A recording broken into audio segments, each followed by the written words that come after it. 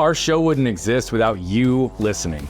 But if you want more information on how to become a guest, how to recommend a guest, or just to stay in touch, go to flippingthelid.com. We'll see you there. Welcome back to Flipping the Lid. By now, you know what we do here. We love to dive deep into the stories that have shaped some of the most significant, successful people who are creating impact in this world. And that comes in all different shapes and sizes. And today we've got a guest that, though I have not known very long, it was very clear the depth that existed out of the gate. Despite having some really cool opportunities early in his career to get alongside some individuals that helped craft and shape him, he also saw that he wanted to live a different way. He wanted to push the limits of what was possible and to be able to create an environment that would allow him to live his life, run his business, and impact his clients in a way that's authentic and congruent to him, not just because it's the way it's always been done. So this individual has done a lot of work, taps into creativity, and really looks for ways to connect and move through this world. And so, Brandon, it's a pleasure to have you here today. Thanks for having me, man. I appreciate it. So I talked a little bit about who you are. I didn't talk about anything about what you did, but who are you in your words? Well, first and foremost, I'm a Christian man. I am a local to Arizona. I pretty much lived here my entire life except for school. Went to California for about 4 years. Came back. At this time, I'm still a single man, not married.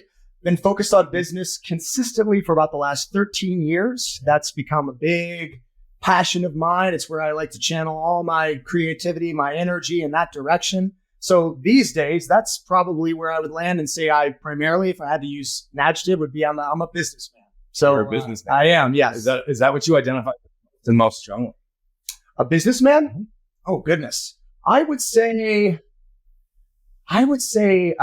creative businessman is probably the way I would say I identify most strongly if someone were to ask. And what does a creative businessman mean?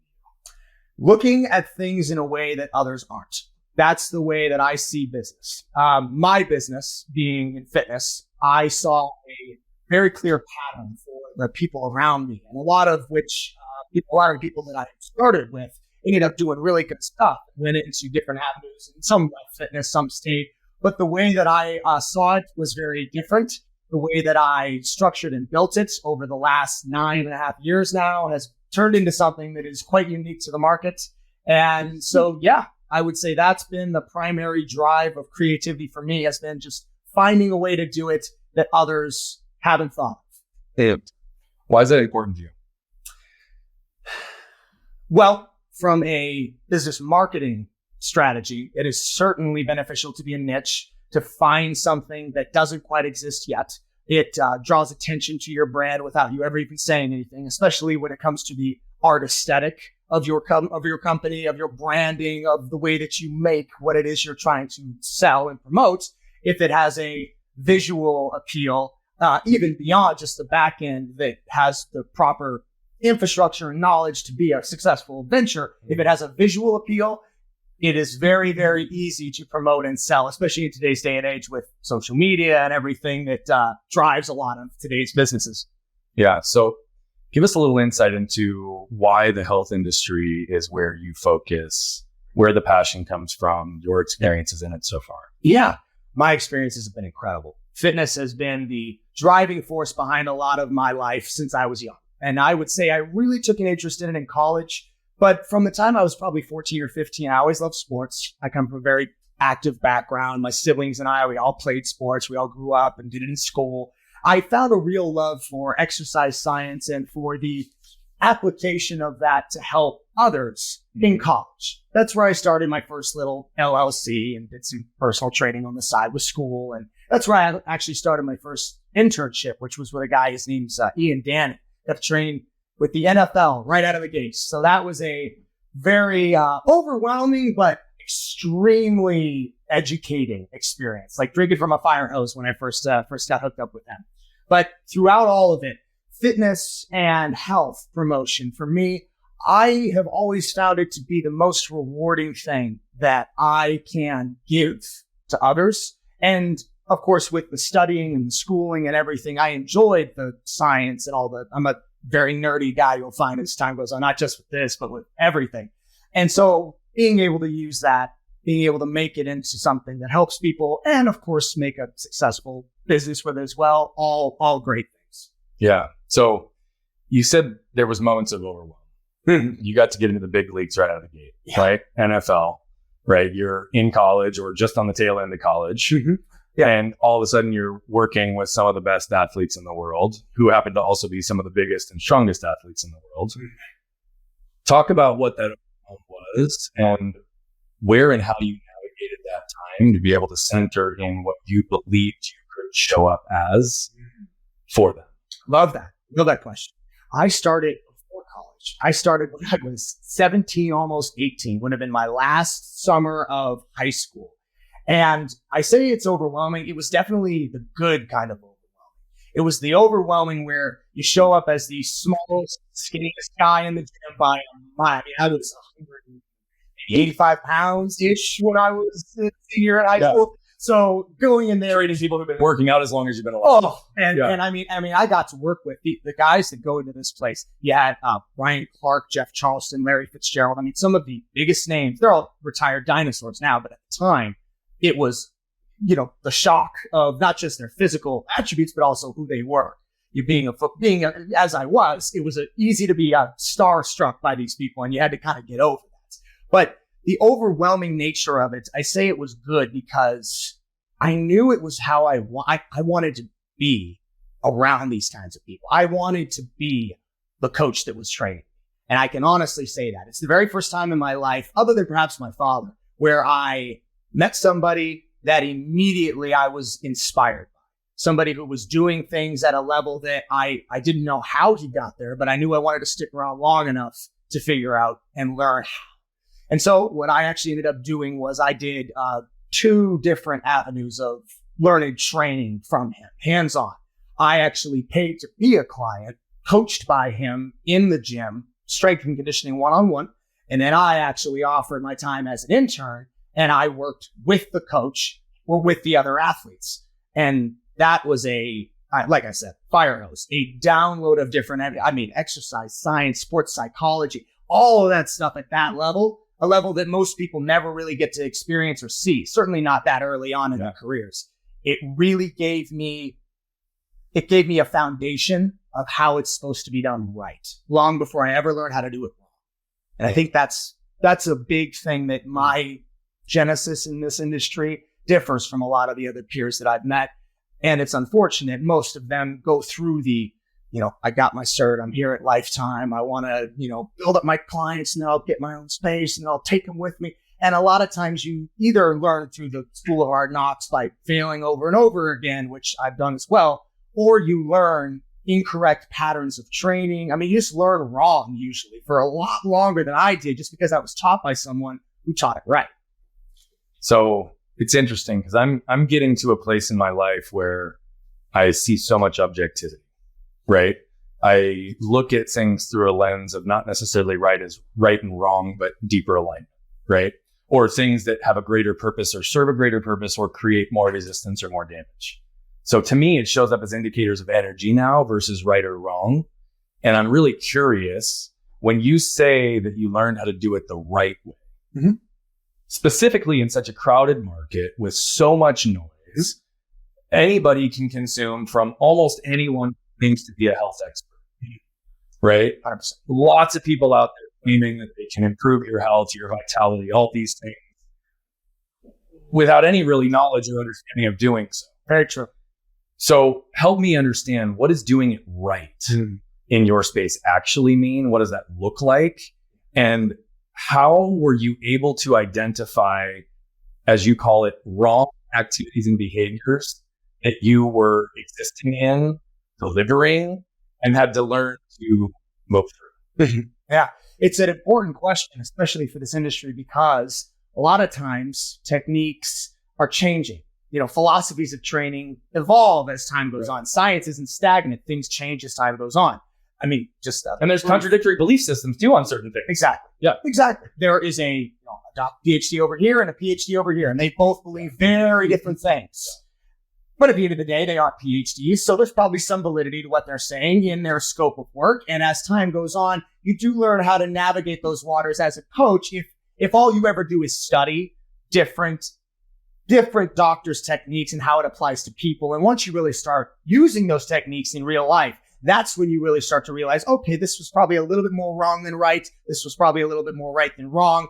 But you're right. It does sometimes get a little murky, get a little gray. But I think if I could just, from my time with Ian, learning something that was wrong, not right, it was the basic biomechanical understanding of just how to create exercise programs, just how to do that. So oftentimes people miss the mark. And when I say people, I mean 17-year-old people, 18, 19-year-old trainers in LA Fitness, they just got out. And you have teaching you who your mentor is that early on.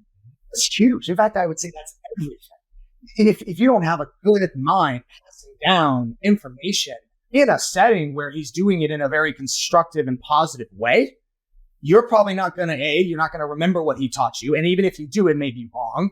But Ian in particular did things in a way that was ahead of the time. He was training in ways that today people have really caught up to. In fact, his motto at the gym was doing today what others will copy tomorrow. It was across his gym. It was on the ceiling. And at the time, again, so starstruck, so young, so green. I knew nothing. I was just a big sponge. But I look back at that as the quintessential time in my life that set me up properly for a lifetime as a strength coach. Just being with somebody who was willing to share the right information in a positive way. What does strength mean to you? Oh, man. Well, I suppose you could define it physically, emotionally, spiritually. It has many different facets. In a clinical strength and conditioning way, being able to perform under a certain set of circumstances at the optimal level, that's what I would say is the best definition of strength. And that's another kind of controversial topic because, of course, some people have training that emphasizes, okay, you have to do this march, this percentage of your lifts have to be this high. You have to do this many reps. You have to train this way. That changes over time as well. It all depends on the individual. Right. But in a clinical setting, if it's a football player, true strength is being able to get, from the line to the 10-yard line as fast as you possibly can, run over the guy blocking you and score the touchdown. Something along those lines, just being very specific to what the individual needs. Yeah. It's interesting. I like how you brought the definition of strength even down to a level of performance in a very specific sport, right? I work with a lot of high performers in this world, and it's interesting because I see many, many, many patterns that exist amongst them in a whole variety of ways that have helped them maximize performance and outcome. And you talk about strength as the ability to deliver on a specified outcome, right? I'm curious.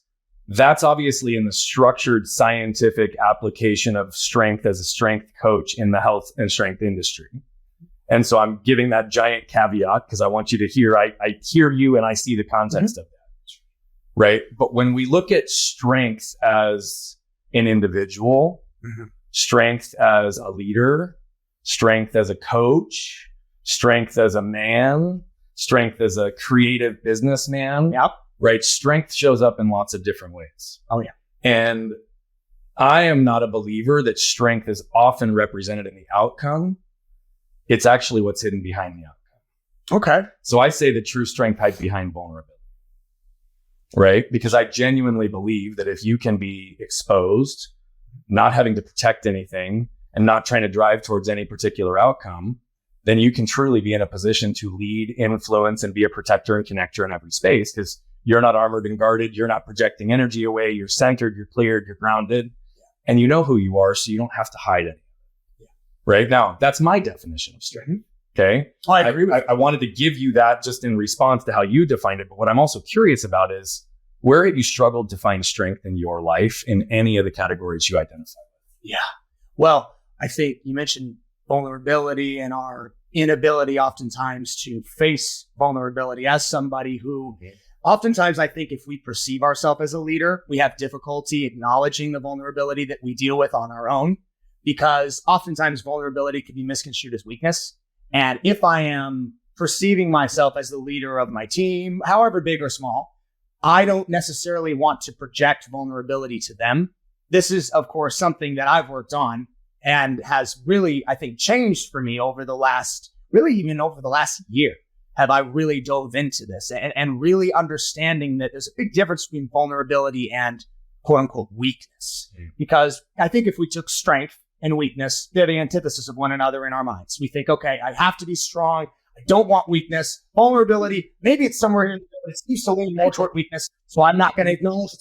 I'm not going to show it to the world. I'm going to keep it inside of me. And at least what I experienced for myself in the time that I have really done a lot of self-searching and got myself help, started really unpacking those kinds of things. I have found that, as you said, if you are able to center and understand that I don't have to have everything figured out. I don't have to always project strength at all times. In fact, I would take even a step further and say that when you open yourself up and explain that, okay, yeah, all right, I'm a team leader, but I'm also really not good at the things that the rest of my team does. In fact, I would say I'm bad at them.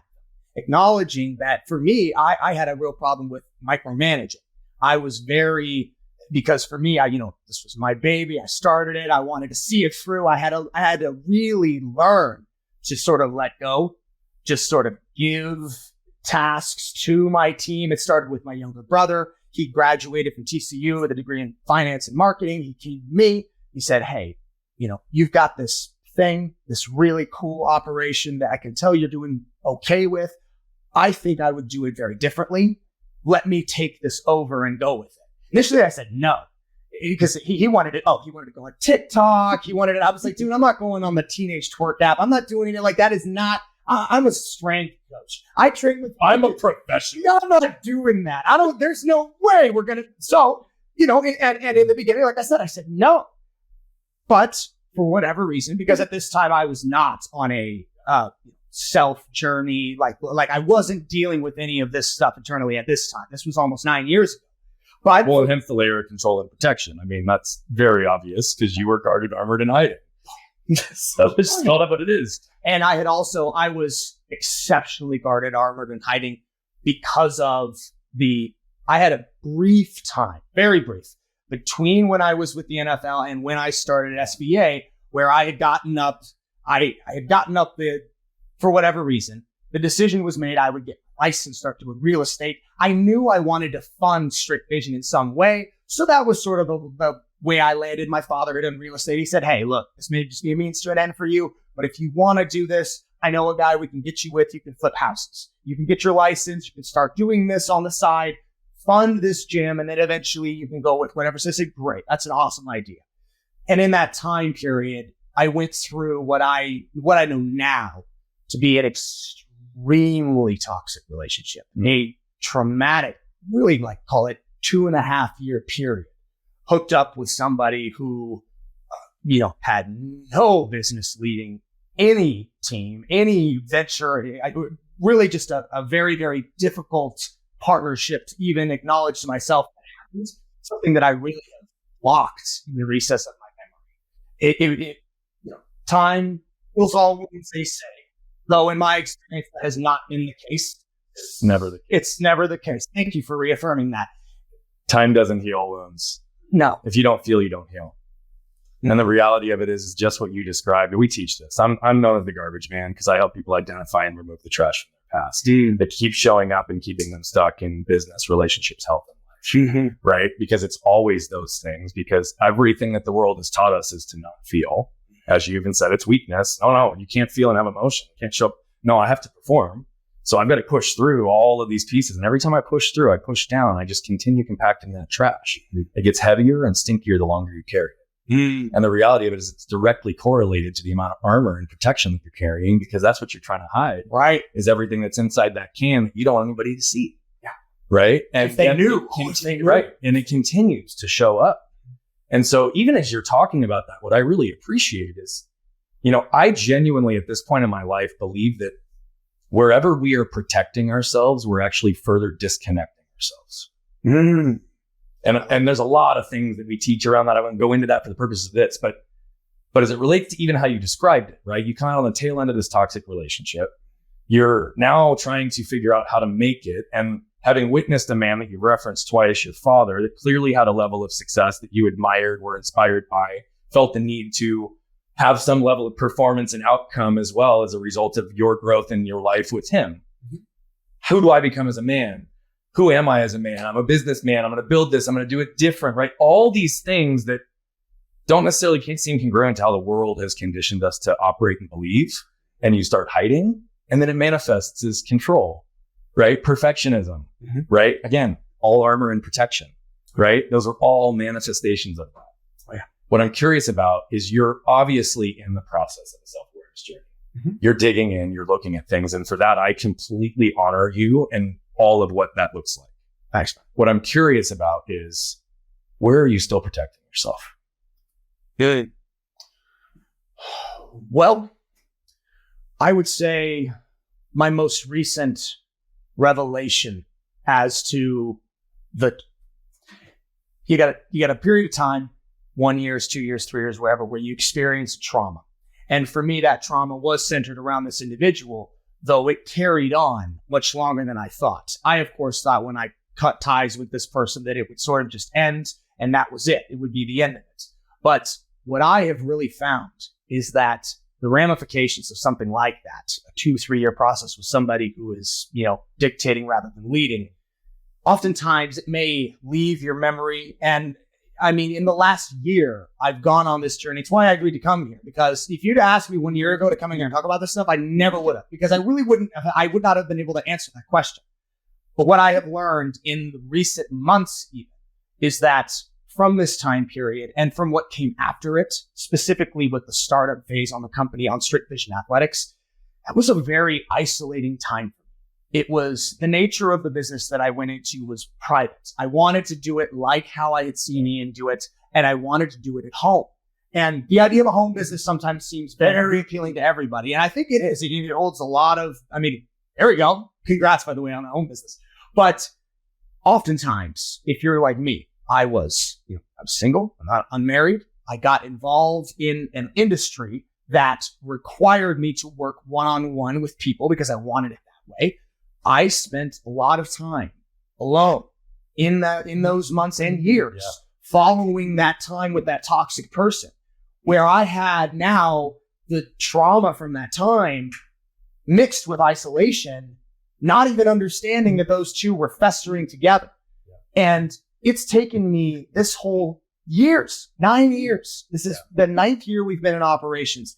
Not until this year, not until even like the end of 2022, did I really start going on this journey of self-evaluation and digging out that trash and seeing, oh man, I find that I have a difficult time building these somewhat intimate relationships with people. Why is that? What is the reason underlying behind that? And so oftentimes it's hard to self-diagnose something like that. You don't really understand, hey, why am I feeling lonely? I'm all around these people all the time now. What is it? Well, you spend a lot of time alone following a traumatic time period just in general that was never addressed. I didn't talk to anybody. I cut ties. We left the venture and I went to the next one. That was it. There was no, hey, are you okay? Like, did anything, none of that happened for me. Not until 9 years later. So that is still something that I am really digging into today, has just been the, dissecting of those old wounds and really going back to that time and saying, this happened. This was never addressed. He berated you in front of the whole team, to your face, in front of everybody. You felt horrible that entire week. You didn't tell anybody. Yep. Because for me at that time, I was also still very, very young. I was 22 when I got hooked up with that guy, 22 to 24, and new to a business venture, because Ian's was it was a internship and a learning experience that went over 4 years with school, which was great.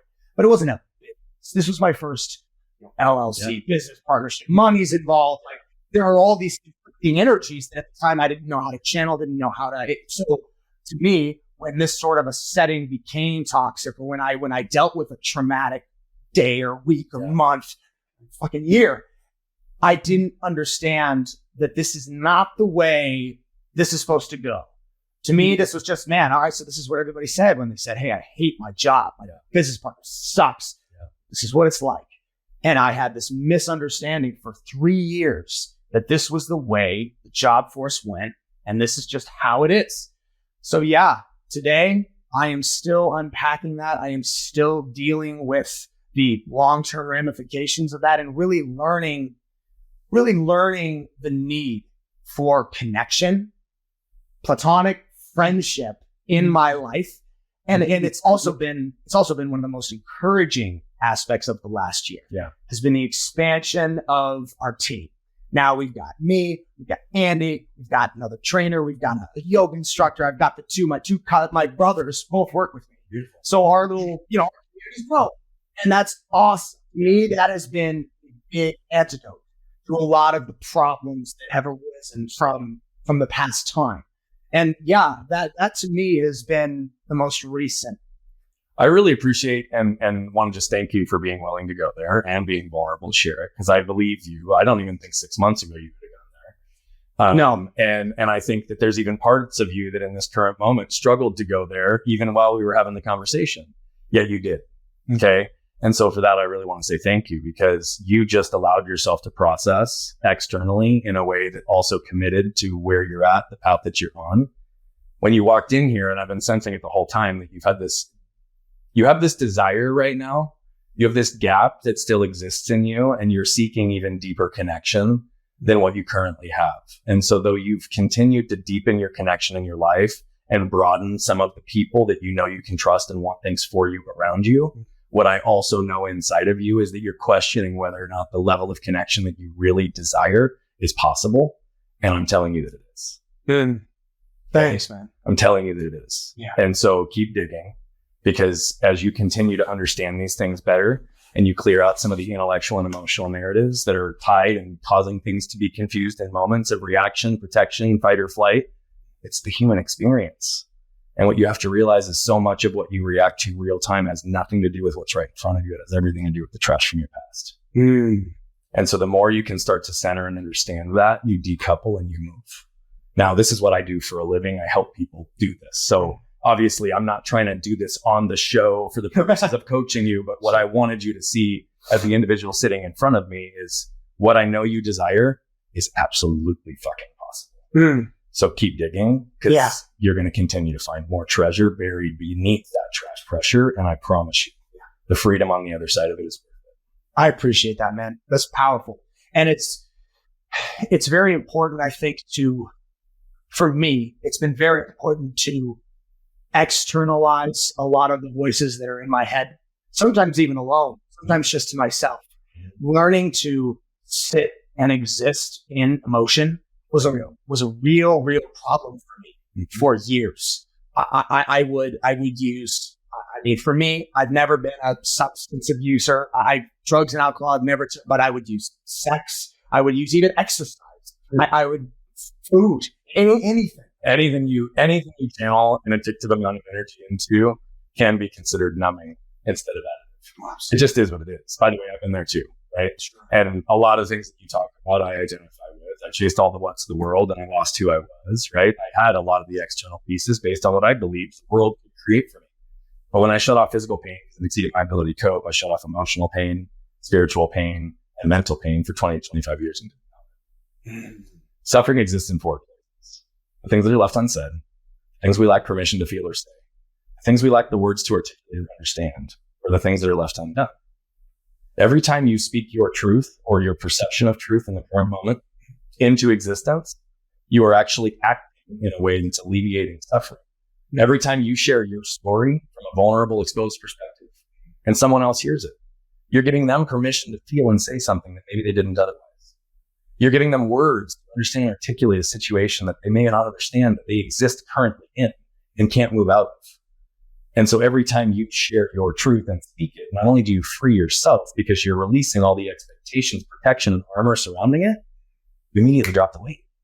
But you also have transference and transformation that exist all around you when you can exist in that state. I love that.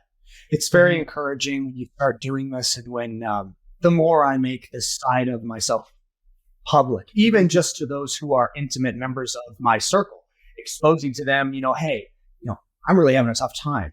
I got to really talk to you about something. This is not a weird, I need to have a real conversation with somebody. We need to talk. The more I am doing that, making a conscious effort to do that, the more I am noticing that it's shared all the way around. There is not a single person walking around who has it all figured out. Universal human experience. We all feel the same things. We experience the same things. We all have isolation, doubt, disconnection, control, perfectionism, shame, abundance, scarcity. It exists for all of us. That's why I think it's so funny that people are like, don't feel emotions. It's the singular thing that unites all of us. Listen, we all feel it, yeah. Like it literally is the only thing that every human being on this planet experiences. Wow. But the world shuts it off for all of us. You not wonder why. Why is that? How does the world shut off emotion for us? I think because it comes from a place of self-preservation and protection, right? Even opinion that forms as belief causes people to continually seek information to validate their current stance, only reinforcing that belief, which is also protection of that belief, versus seeking perspective and objectivity so that we can all see all of it. Doesn't mean we have to agree with it. Sure. Right? But like look at it. It doesn't matter what construct we're in, religion, politics, right? Business, right? Things are so polarized to the white and the black, right? And it's almost always coming from a place of armor and protection, because if I align with what I know and believe, then I'm safe. Because we all seek and desire four things, in my opinion. We all want to feel safe. We all want to feel protected. We all want to feel seen and understood. And we all want to feel connected. These last two, which are the most important, happen unless the first two do. So what happens in life?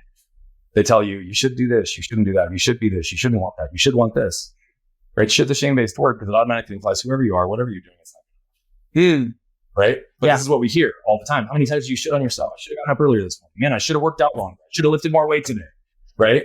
It's a shame cycle, and it puts you into shame and blame, which immediately implies that who you are, what you're doing isn't good enough. Right? So then you start living into this dynamic of who the world is telling you who to be. But do you feel safe and protected when you're not in alignment with who you are? No, never. So your armor goes up. You don't even know who. I mean, for me, I don't even know who I am when I was dealing with you all the time. That's my point. Some of the constructs of what it is I thought I should be doing versus what I am doing were, laid on me early on. Laid on me by parents, laid on me by society. You have an expectation for yourself that you don't quite understand where it came from. Yeah, we have it. It's there. I know what I want to do. I know what I think I shouldn't do and what I think I should do. But from the time we're little, we're told that who we are and what we want to do isn't good enough. Right? From the time me as a boy, right now, my parents are relatively open and all this, but the number of times I heard like, toughen up, don't cry, suck it up. Right? All of those are little embedded elements that even condition us to not pay attention to our own feelings, which, oh, by the way, are pointing us towards what's important. Yeah. They're indicators, they're feedback. The problem is that so many of us shut it off and then it becomes toxic because we've got this armor and we're carrying. So I truly believe it's that. But, if you look at the world of high performance, there also is very few high performers that I've ever met that didn't learn to primarily receive love, connection, and validation through performance and outcomes. I see. Okay.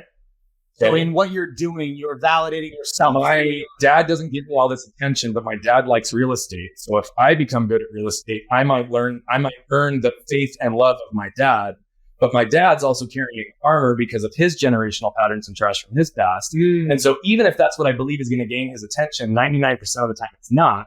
But if I chase the outcome that gets me the feedback and validation, then maybe my dad will love me. Yeah. Even at the expense of something you enjoy or hate doing.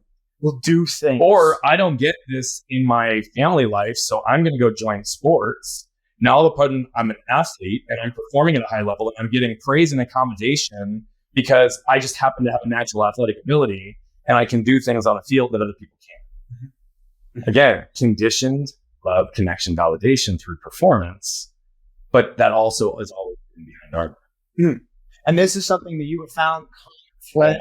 Almost every business, athletics has some element of shame and the same pattern that exists. Wow. I can't say everyone, but almost every single one I've interacted with to date has some element. I did. Yeah. I'm owning it myself. I get it. It's universal human experience. And I've been around a lot of high performers because I am one. So it's similar pattern. You said universal though.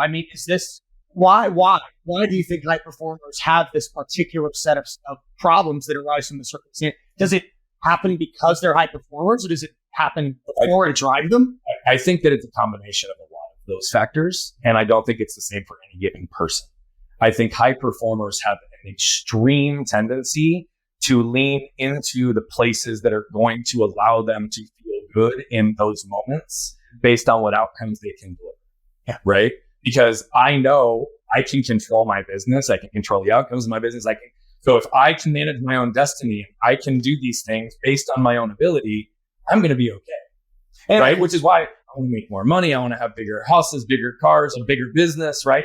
Because all of it's through, and again, I want to be really clear. I don't vilify money. I don't vilify high performance. I don't go after all of it. But I just want people to be doing it from an aligned place based on who they are, not because of what the world has told them. Yeah. Know why you're chasing that success. And what, for me, I think I'm driven just as much from the negative experiences in my life as I am from the positive. Most people are. And especially in the context of business. I mean, if you have a traumatic period of time in business related circumstances where you failed, like sincerely in every true sense of the word, failed. Partnership failed. We went bankrupt, lost all of our own foreclosure. Like everything just fell apart. So let me challenge you. Is that failure or do you? It's failure because I was very clearly told it's failure. But again, it's all perception. Is it failure? Because what did you learn and extract from it? At the time, nothing. Now, 9 years later, a lot. And so what if, let me just throw a counter thought to you, right?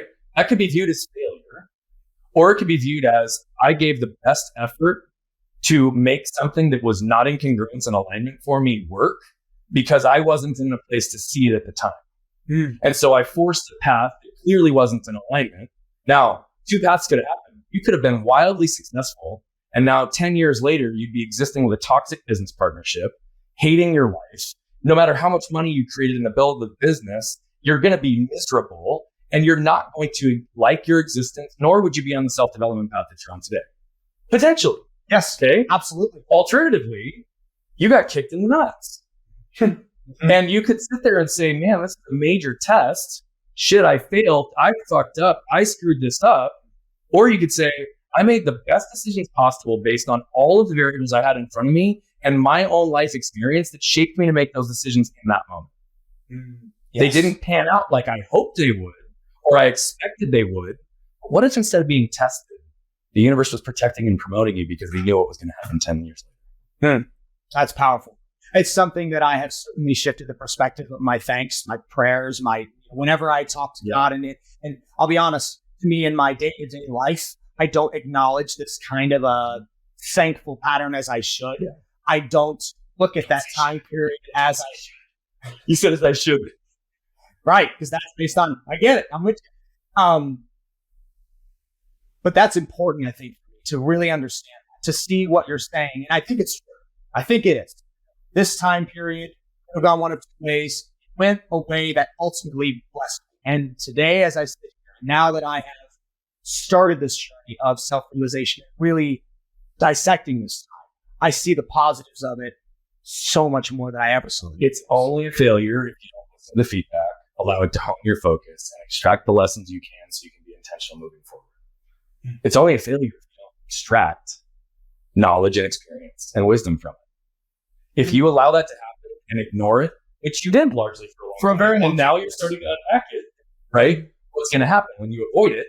It's going to continue to be your fatal flaw. And even a step further, the coping mechanisms that I developed in that time period, reading patterns that you're in other places. Patterns that followed me around long before. Because in this time period, I never even, like I said, I was tested. I didn't think about real estate or Brian or any of that stuff for years. But I had these underlying problems that followed me throughout all my business success or failure along the way.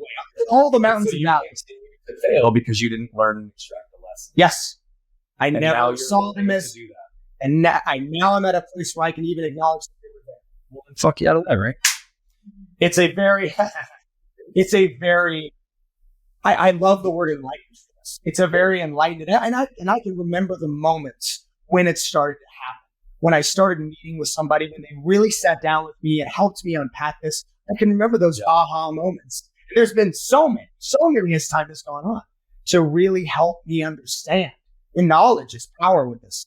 That's I encourage anybody listening and anybody who will ever ask me about this now to never be afraid of seeking help with this kind of stuff. I mean, you've been around high performers longer than I have. How many of them definitely needed help? Maybe they got it or they didn't, but there's a reason why we think this way. There's a reason why you all need help. We all need help. Yes. It's not a solo game. Fair point. The highest of high performers in the world also have coaches and guides and leaders to help them. Amen. Backfill the deficiencies. Because just like you said, I'm really good at doing these things for other people, but I'm really shitty at doing it for myself. Mm-hmm. By the way, most of us are. Yeah. And really, really shitty at admitting that you need help with anything. So, but that's the key. Like, you can't ever begin to receive until you open yourself to the concept of actually receiving. When I look back, it's shocking for me to realize how difficult it really was. Yeah. I mean, I blew off the concept of meeting with a therapist or getting any for years.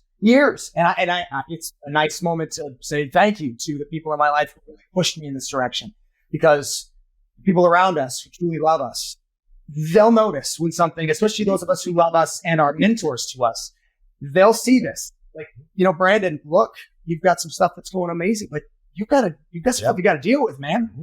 You need to unpack this. Yeah. And that's be open and just be open to having that conversation. Don't push it aside like I did. I brushed that aside for at least a year. For 1 year, people in my life were telling me, like, you need to be open to this. And I want to hear it. By the way, though, this is the other thing I want to point out, is that unfortunately, most people don't understand how to meet people where they are. And you were well within your permission to not be ready. And so I appreciate your encouragement to get people to recognize the freedom that's on the other side of it. Sure. But you were completely entitled and empowered to be in a self-preservation protection mode, unwilling to look yourself.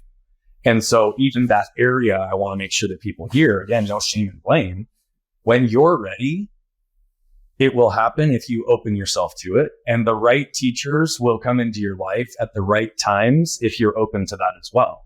And so that's the one thing I just want to say is, again, for all of that, like, it's beautiful. Like, you're moving, you're growing, you're opening, and it's okay that you weren't before then. Like, that's your right. And if you were not conscious to it, this is the thing about the trash can I say all the time. 99% of the time, it's not your fault. Yes. It just becomes your responsibility once you become aware of it, or you start burying other people in your trash. Yeah. Right? You've mentioned him a few times. I'd love to have you tell us about your father and the relationship you have with him. Yeah, absolutely. I never miss an opportunity to talk about my father. Incredible man. A very, very easy person to idolize, especially early on. He was a very successful businessman. He was an entrepreneur. He patented the prepaid cell phone. He won Arizona Entrepreneur of the Year. Incredible loving father to my mother, to me, to my siblings. Homeschooled us until 7th grade. Sent us to a very nice private school. Just a loving, generous, does philanthropy work. This is pretty much his day-to-day now. It's just doing that sort of thing. He's an amazing man. A Christian, godly man. He's been definitely been the definition of a hero in my life, throughout my life. Definitely the most consistent, but a flawed guy as well. Yeah, he had anger when he was younger. He was my age, and I was younger. He was a success story in business, but at the expense of his time, of his energy. It drained the life from him. Yeah. And I saw it very early on. He, like me, I think a little bit more than me, had a much quicker reaction fuse to what I know was trauma in his life that then manifested in business, the difficulties that he faced. And when I say difficulties, I don't know too many people that could have come out of what he went through. He went through an 11-year litigation with the cell phone companies to establish his patent and get the licensing and ultimately win. And this was in the Wall Street Journal. You can see all of this. This is back in, early 2000s. It's all happened. But going through that and what I saw and the toll that it took on him, and at the expense of the time that he could have spent with family. What that business did to him was terribly difficult. And I pray that it's that I don't ever have to go through something like that. And he's told me many times, I don't want you to ever have to go through something like this. Yeah. But he has been the driving force behind so much of my ambition. So much of his personality was gifted to me. And I know that now. The creativity he's still creative. He's still inventing. He and I are in business together right now. It is amazing to see that spirit has never left him. That he is still, and how he is now that he is out of that phase of life where it was so traumatic and so intense, where he has become a much more well-rounded. He's a grandfather now, got nephews. It's a wonderful, wonderful time in life to see him enjoying what he's doing, working with philanthropy, working with kids, and also being able to invent and still use the mind that God gave him. It's been an amazing journey with him. And yes, I love him dearly, always have. I think he's an incredible person. Where do you desire a deeper connection with him? Damn. It's a good question. Where do I desire a deeper connection with him? I would say I would like to see a deeper connection with him spiritually. And when I say that, I mean we will go to church. And when I honestly say this, I say that I desire this, and yet I know I'm the party in that relationship that is not pushing the progress of that particular topic. Okay. He's the one in that relationship who was asking me, I really love you to come to Bible study. I really love to see you in church. I'm the one who's saying, can't make it tonight. Can't make it today. I have to do this. I'll go next week. But answering that question honestly, that is the one area where I would love to see more development in that area between okay. So why are you resisting it?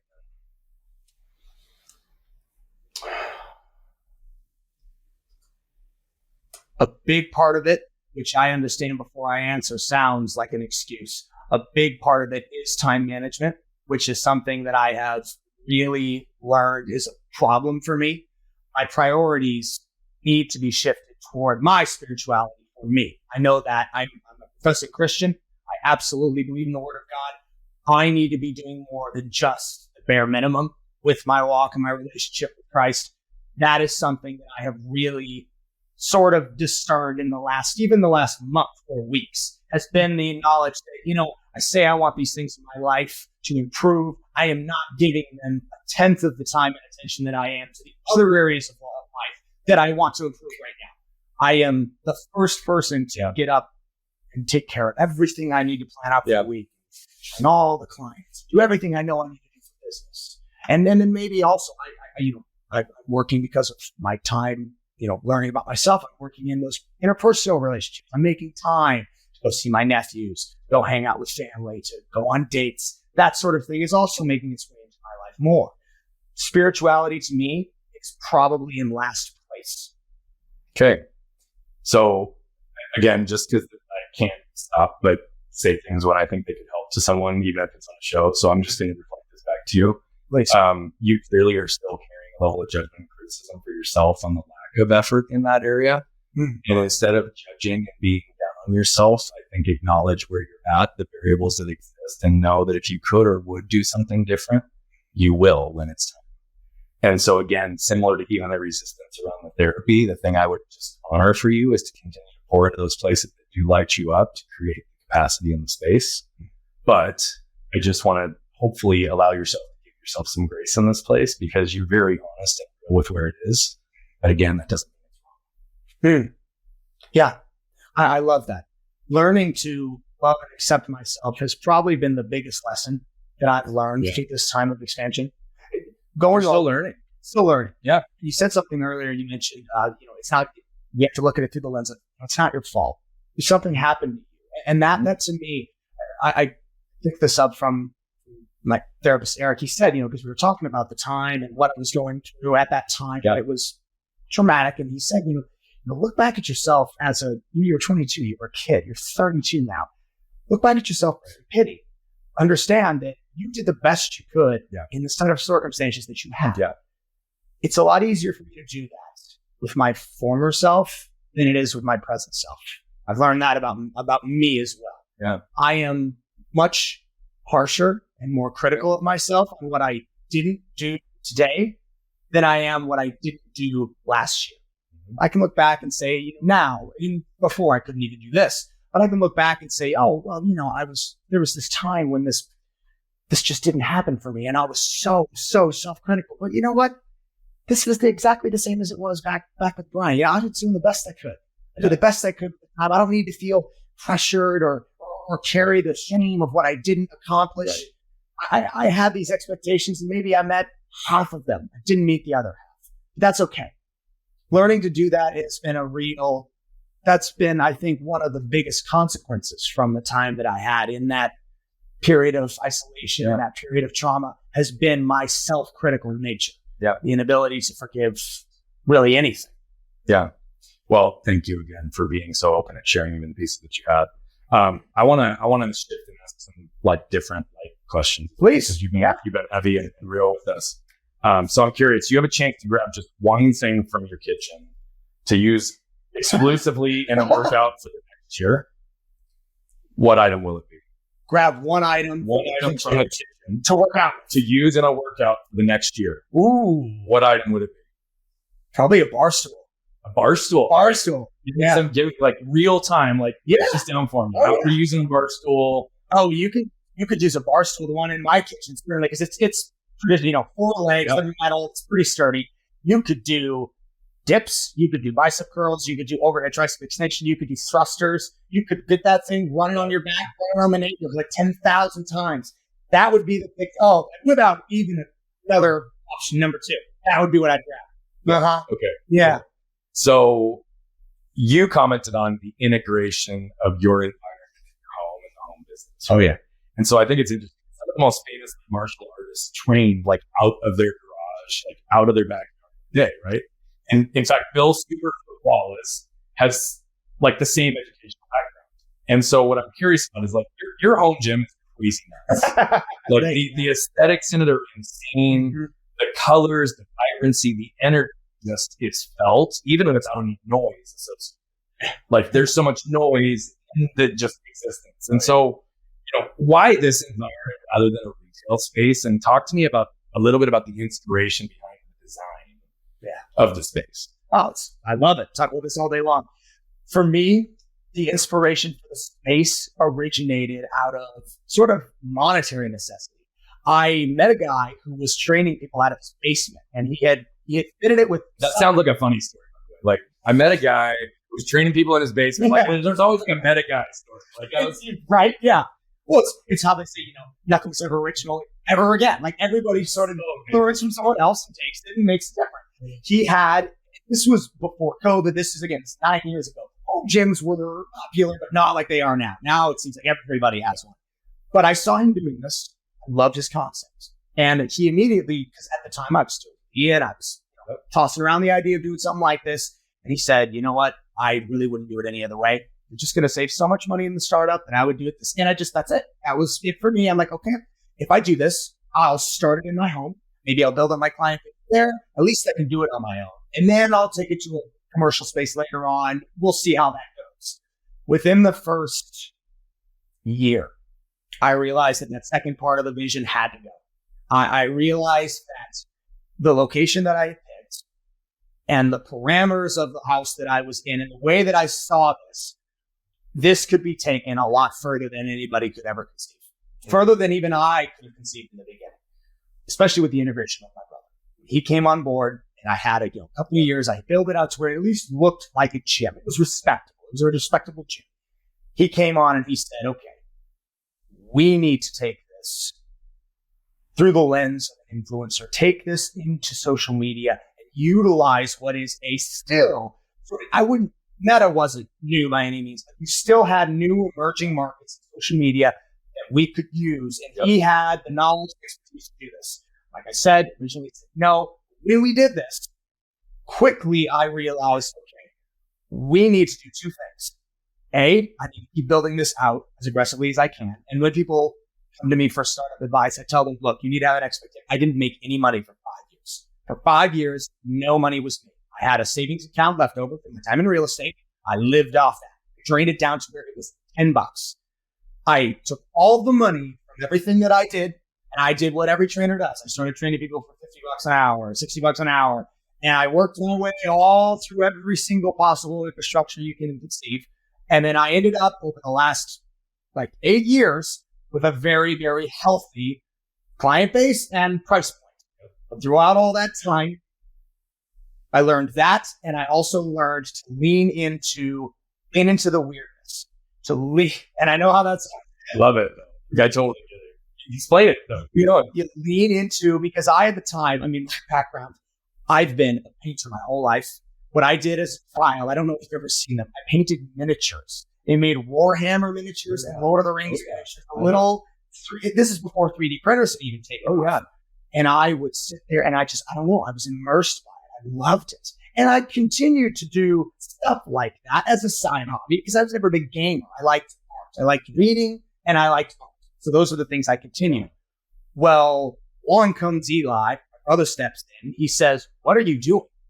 You need to be showing this to the community. I'm like, this has nothing to do with exercise science, nor does it. They're going to judge me. This isn't what my role is. This isn't my lane. This isn't who I am. You're given this. I'm supposed to be this. Love it. I'm not supposed to be the nerdy. I want to be the strength coach. I want to show this. This is not on brand. And learning through that time to show everything. That's what started us to transition toward what is now superhero training. We have taken the entire brand. We've got a lot of stuff on the horizon for the next year, 2 years. We hope to work with Marvel one day. We hope to really, really embrace that side of what we've made. But I took it and ran with it. We have a life-size Iron Man in our podcast studio. I started 3D printing all the action figures that I did at this scale up to this scale, hung them from the ceiling. All that content, all that weirdness has niched our branding into different demographics. Because I can get on a conversation with a guy who loves 3D printing, scaling, JPL files, anything like that, and be just as relatable as someone who wants to know about squat. Yep. To me, I didn't see that happening early on. That's been a very rewarding sort of sidebar from what we started. I love the relatability to very different people outside of exercise that our brand can do. I just appreciate the way you even navigate that. Talk about the depths of exploring who you were through an expression in your business. Mm-hmm. Right? I know that for myself, I chased all the ones. House, car, money, wife, everything. Not at all costing who I was. Mm-hmm. And over the last 11 years, I've been rebuilding back to the core of who I am, realigning in those places. And what's really beautiful, and it's happening in your world right now, whether you see it or not, is when you align with who you are, all the what's in your world are a manifestation of who you are and not the other way around. And so what we, again, typically protect ourselves, the areas we protect ourselves, we're typically disconnecting ourselves primarily with ourselves. But that also means we're disconnecting ourselves for others to access. See, had you not listened to your brother and he be such an insight and guide that you were able to open and trust to, right? You would have hidden such a unique, authentic, real, vibrant part about who you are. Definitely. Right? Which means that you're only in this narrow lane for your clients versus the depth that can be created when they see all of who you are, even independent of what they're hiring you for. Yeah. That's how this world works. Yet so many people chase the what and protect and hide. And I just want to, again, just say, I think it's awesome because what you're building is now a manifestation of who you are and building a platform and facility for those that work with you, around you, for you, to also express who they are through the nature of the creativity in the business. Absolutely. And so, well, and I know you're still on the path and you're still building, but like, that's a good shift, right? I don't typically talk good, bad, but like, bro, that's positive frequency energy heading down a path that lights you up and fills you instead of drains you. And so that's huge. I'm really curious, as you have been in this industry for a long time, what are the elements of the business that drain you the most? And then answer on the positive side, what gives you the most light, energy, and connection? Sure. I would say what drains me the most has evolved based on where we're at and where I'm at. That's fair. Either personally or professionally. Yeah. You know, when I first started, what drained me the most was marketing and content. You know, if you're a trainer in your own space alone, you got to focus on training that client. You can't be making content of it all, because then you turn into a bad trainer. We've all seen that trainer. That's not good. And I never wanted to be that. I had a real reservation about being an influencer. I actually hated it. I'll be fully honest with you. By the way, I did the same way. I didn't want to be. I didn't want to be. I knew influencers, and I frankly did not like what they were doing at all. I despised. There's too many people out there talking and very few that need to say. So, let's just call them. So, yeah. Yes, precisely. And through that time, I learned and I shifted to where now with Eli, with the team, we have, multiple people who can come in anytime we need. We can get content from what we've built in the infrastructure, the people, and the place that we're in. So that's no longer the real difficulty for me. It shifts as time goes on. Marketing was tough. My brother came in. Now marketing's kind of easy. Now it's just a matter of creating ads, put a little money behind them, choose our demographic, and hey, we'll get 1 or 2 pigs a day. We're good. It shifts. Right now, the most difficult thing for me right now, if I'm being honest, it's probably been a lot of the self-development for me. That's been a really hard, because it's come with so many other professional ramifications. Like I said, I was I wasn't just hands-on. I was hold on and do not tell me anything else other than what I want.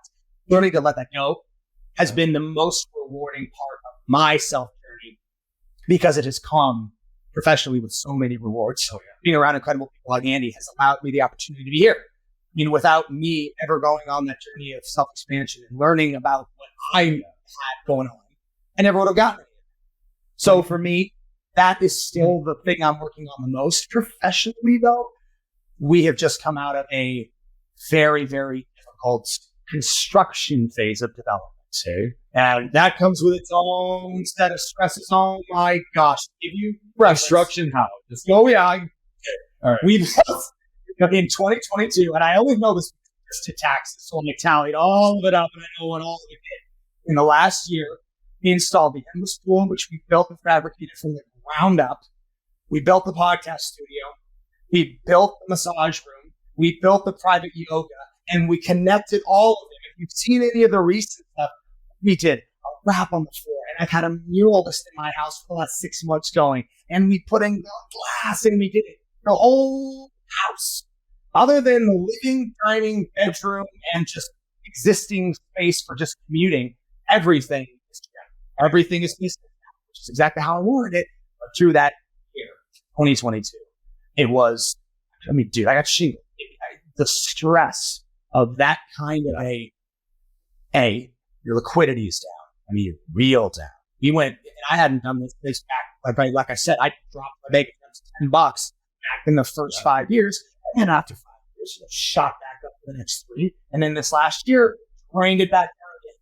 And that, to me, I thought I was good at doing it, but this last time I was like, okay, I can't do this anymore. And that was also a big learning curve for me, because on the tail end of all that, I now had people that were accountable to me. There's other people in this now. It's not just me. I can't just be spending like I don't care. Yeah. Because I need to be able to, grow these other parts of the company that these people are relying on. So that, to me, has been a big shift very recently. Coming out of this, we're now in the rebuilding phase where we're going to build the money back a little bit back. Yeah. You're in a super, super saturated market. And you're in a market where, to your point, there's lots of right? There's also a lot of toxicity that exists in the space. There's a lot of unhealthy patterns in messaging and getting people to move. And we've all heard this thing, right? Like, just because you build it doesn't mean they will come. Yet you're building it and people are coming. Why? What makes you stand out, and why are people coming to you? And what's the unique experience they gain as Strict Vision Athletics? One word: fun. Beautiful. It was a very early on realization that I had that fitness for most people is not fun. Yeah. That is a big shift that trainers need to have when they get into this industry. Is that usually if you're in this as a trainer, as a coach, you like it. Let's be honest. You probably liked lifting weights since you were a little kid. You had a background in sports. You've always found enjoyment in this kind of thing. And it goes even further, with good trainers. Good trainers, bad trainers. The big difference between those two, good trainers understand that I need to be able to relate this to someone who does not feel that way about things. That's hard because you're trying to convey something to someone, and oftentimes they don't just dislike it. They hate it. And their past trauma has oftentimes been circled around their health, body image. Maybe they've had problems with diet. They can't. They've had a lot of shame and angst around this issue that you find fun. Now, how do we bridge that? That's not easy sometimes. Of course, we'd all love it. It's not a bunch of clients who are just like us, just loaded, ripped guys, just to work out. That's it. But unfortunately, like demographics today, the primary person that I work with is a successful businessman or woman who has usually put their health on the back burner. And sometimes it's because they didn't know what to do, but a lot of times it's very early on, they didn't like it. It isn't fun. But also that, I was very amongst girls love comic books, and there's a whole other group of people that did too. Those people grew up. Those people all have money, and they want to be in shape. So for me, aside from just the aesthetic of the fun superhero theme, I wanted to make sure that I presented an atmosphere of fun each time someone walks in the door. Yeah. I think that's like a magic elixir for life, though, like business, relationships, right? I think a lot of people stop having fun in the areas that are supposedly most meaningful to them, right? I did it, right? I mean, I stopped having fun in business. I stopped having fun in my marriage. I stopped having fun in places. And whenever there was lack of fun, there was a lack of connection to what I was doing. And so what I also think is interesting is you just really subtly embedded it, but it's also the truth, right? Like, I don't believe that people are ever stuck because they have the wrong strategy and tactics, the wrong trainer, the wrong system, it always comes back to trash from their past, the emotional triggers, behavioral patterns, environmental conditioning. And so you talked about so many people coming with body dysmorphia, eating disorders, body image issues, and just the general toxicity that's existed and so much shame that's existed around their body. And I find that it's always those emotions that actually prevent consistent movement forward where they can get into a rhythm. Mm-hmm. In high performance, outside of the physical elements of what you train, how do you help people move through their historical experiences, either in their body or in training, so that they don't just benefit from the environment, but start to embody movement as fun? That's a good question. Yeah, I think, first off, I think for a while, I probably wasn't that good at doing that part, because that's some deep sports psychology there. You're trying to not just force these people into a repetitive, pattern. You're trying to get them to take life habits and enjoy them on their own. And that is the other thing. You've heard trainers say oftentimes, like, okay, a good trainer should always have his people outgrow his training. Yeah. To a degree, I think that's true.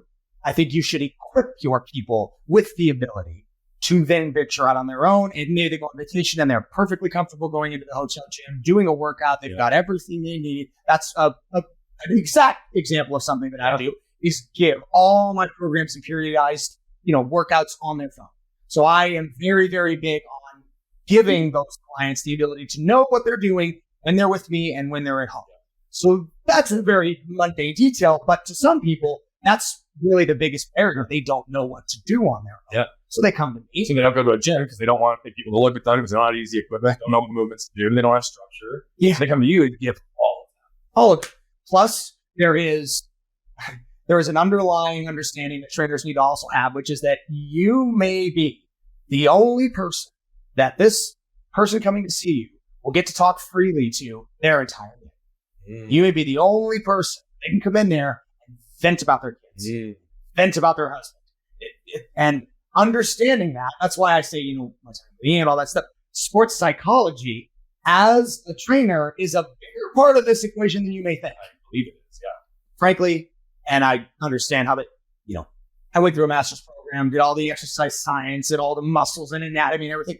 People don't want to hear about most of that stuff. They don't usually care. You tell them how to move, what to do, and just correct their form. That's as far as the conversation goes.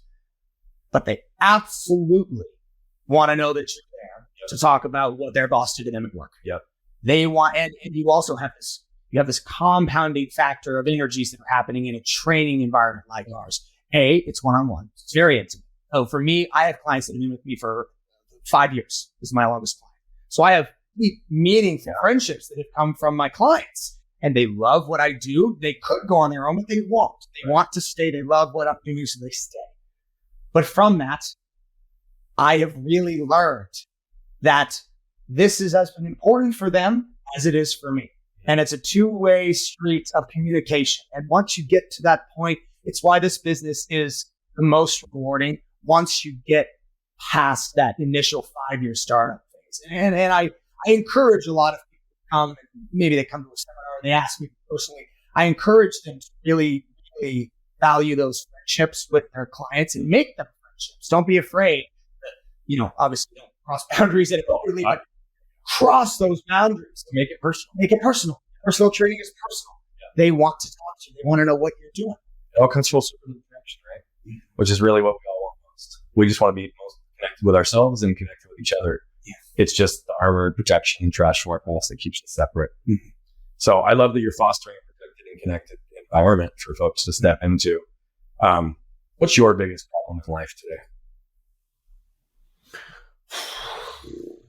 Biggest problem in life at this moment, it's answering this question. Well, it's a great answer. Shit, I don't know where I'm going with this. Biggest problem in life. You get questions sometimes in podcasts where you're like, okay, give me a second, I got it. And sometimes they linger, but learning to really. But you know how to play time, clearly. I mean, you know how to just start talking and, fill the void, fill the gap, so you know what the next movement is you're going to give your client, right? You're a master. You know what you're doing. I would say my biggest problem in life, we've touched on a bit of it. There are personal problems and there's professional problems, and a lot of mine are connected. They often are. But for me, what we've talked about throughout this episode, the dissecting and understanding of me and how I have allowed, or rather how I have allowed myself to forgive and understand what happened to me in my past and really just change my trajectory and learn from what happened to me. That has probably been the most rewarding thing that has come from the biggest problem in my life. Beautiful. And that's probably it, man. That has had ramifications for me personally, professionally, spiritually. That has been it. So this is a really random question, but I'm asking for a specific reason. Okay. So far in our relationship, do you trust me? Yeah. Do you trust me to keep you safe and protected? Yeah. Okay. I'd like to try something that I've never done on the show before, but that's why I want to ask. I want to make sure. And I'm getting a really strong energy right now that this is important. So I want to, if you play ball, I'd like you to. Sure. I want you to close your eyes for just a second. Okay. Center yourself just like you're grounding. And I want you to imagine every single person that you have ever loved and desired to be connected with you are all around you in an omnipresent way right now. And they're going to give what they're going to call angel whispers to you. And what they're going to do is they're going to come in your ear and they're going to whisper what they see in you. The light, the love, the glory, the connection, who you are, your heart, your intent, all of it. What are they saying to you right now? You are creative. You are loving. You are generous. You are smart. You are strong. You have endurance.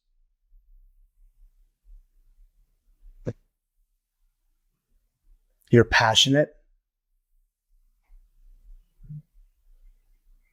I'm going to ask the question in a different way. What else do you desire them to tell you?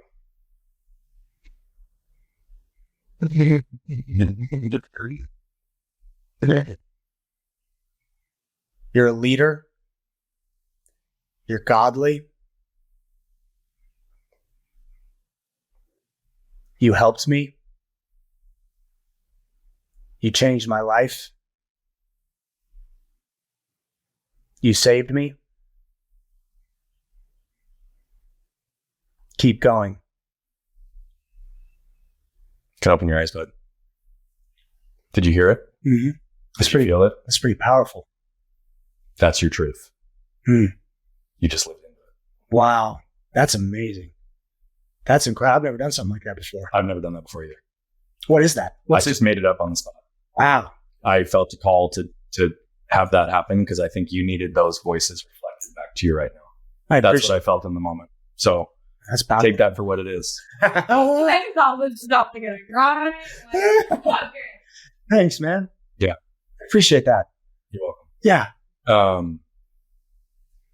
What closing thought do you want to leave people with, and how do they find you? My closing thought would be I would say, learn to love yourself and what you're doing. That's a big one. That's probably the thing I'd say, if I could put it in one sentence, what I struggled with, my biggest problem. Learning to love myself, where I'm at, and with what I'm doing.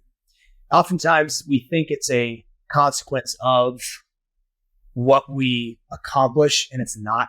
You got to learn to love yourself, even if there's a part of yourself you don't necessarily like right now. That to me would be the closing thought that I would leave people with. Learn to do that. Learn to forgive yourself too. We can forgive others a lot of time, at least for me, a lot easier than it is to forgive yourself. And to define me would probably be, Instagram, Strict Vision Athletics, anything like that. That'd be where I'd send them. Beautiful. Thank you for being here with us. Thank you for being so open. Thank you for literally jumping into your story, brother. Thanks, man. Thanks for having me. That was incredible. Very cool.